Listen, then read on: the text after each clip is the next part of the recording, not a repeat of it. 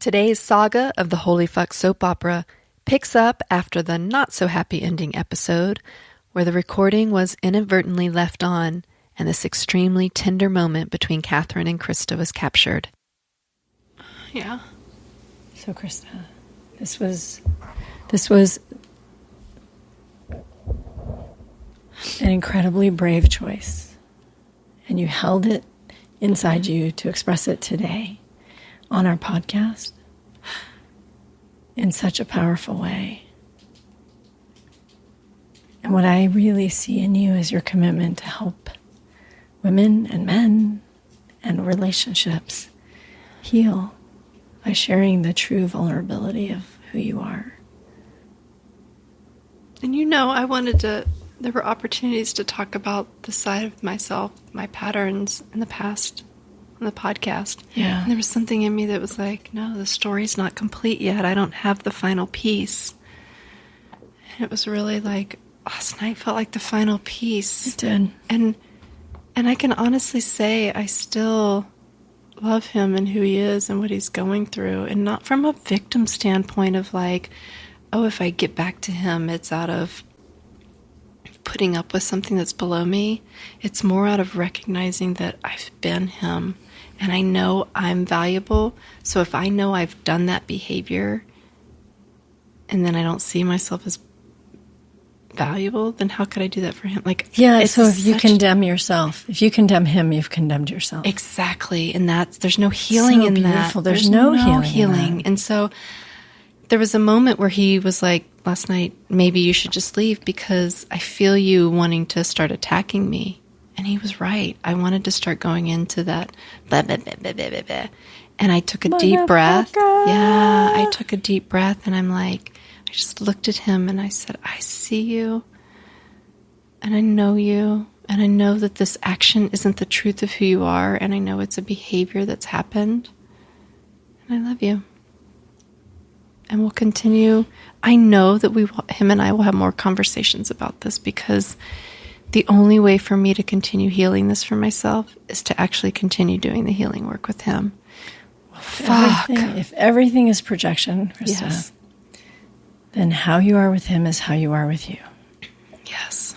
And so the more understanding and the more space you can give him to have made a mistake, whatever, to made a choice that was hard for you, maybe hard for him, you just keep giving yourself space to be human. You keep giving him space and the rest of the world space. And I see him, what I said is that I saw him running. It was so clear he was running from the power of what we could be together because it was too big. It was too scary. He wasn't ready yet. And we have this to do. I'm sorry. What do you mean we have this to do? You and I, I'm sorry, we have this to do. Yeah. And I don't mean this as like I'm better than him or smarter than him. We know you're not. We know we're not. Okay. But I am, in a way, 3 years ahead of him in the process because I've done the schooling and I've done the process he's done. And so I could see him where he was at and not out of a place of judgment, but just that, oh, that's where you are. And and I can either leave him to his own devices to go through these next 3 years to do it alone, or maybe, just maybe, we'll have the opportunity to talk and I can show him my experience or what I've gone through, and maybe some of it will resonate, and maybe it doesn't have to take him 3 years to learn his lesson. Yeah. And maybe he continues to resist and grasp, and it takes him 10 years. That's his choice.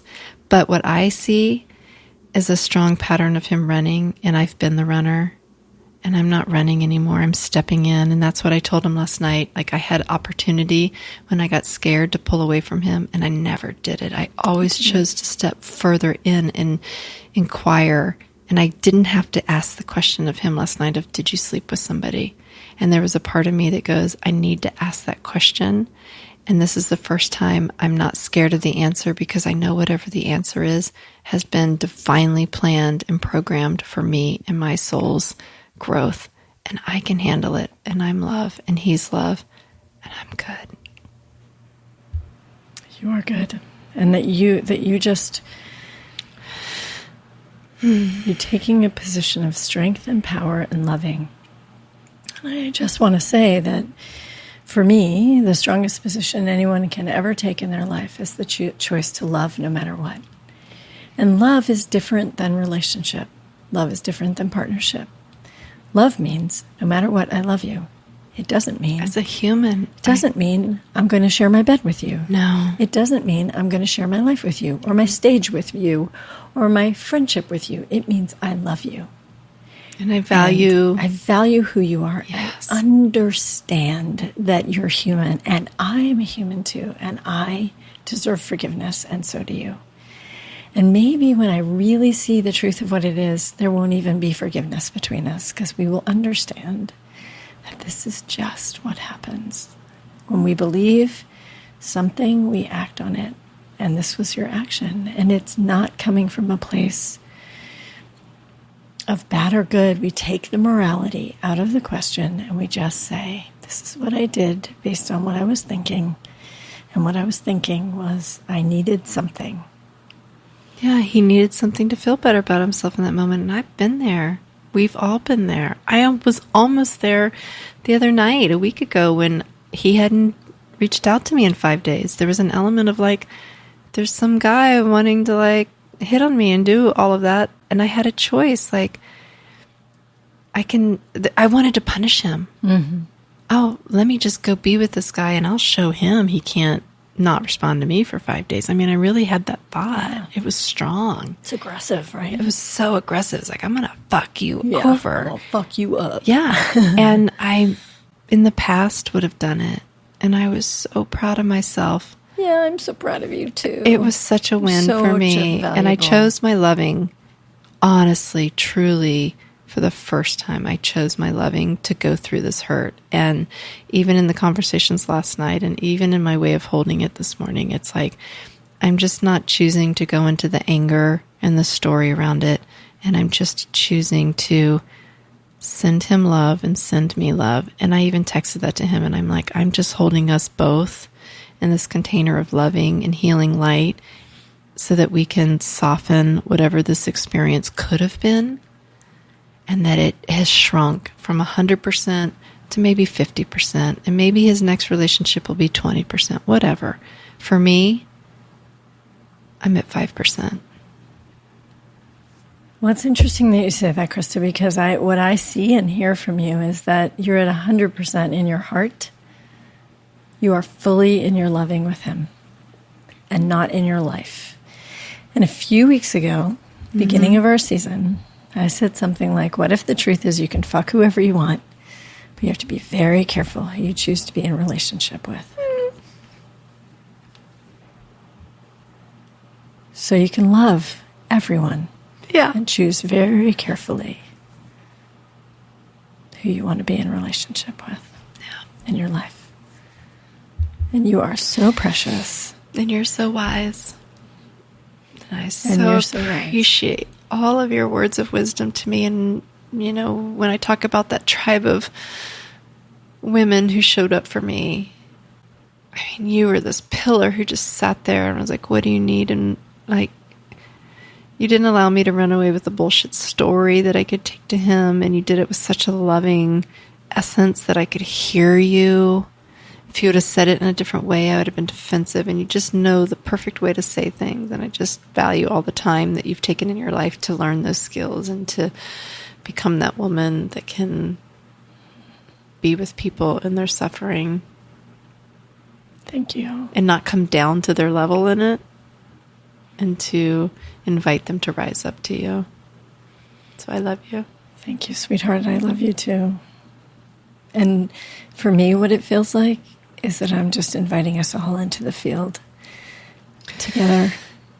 Because I don't want to come down and I don't want you to come up. I just want us to embrace Rumi's each field. moment. Yes. Rumi's field. I think we talked about it in podcast 1. We did. That Out field of beyond living. Yes. ideas of right doing and wrong doing. There's a field. I will meet you there. So the invitation that I was offering you over the last week was, can you stand in the field and look at this person and not know, so that you can be safe and he can be safe. And then just guide yourself through the present moment of what you need to choose so you're free. I'm free. And you have done a magnificent job. Done a fucking amazing job. You have. And that is why we are drinking champagne and completing right this minute with all of you. We love you. Thank you for being with us in this part of our life together. And bless you all. Spread the love.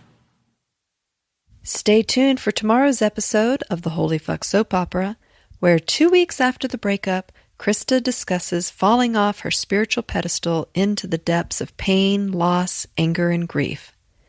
Find out how her and Katherine worked the spiritual process to bring her back into her loving.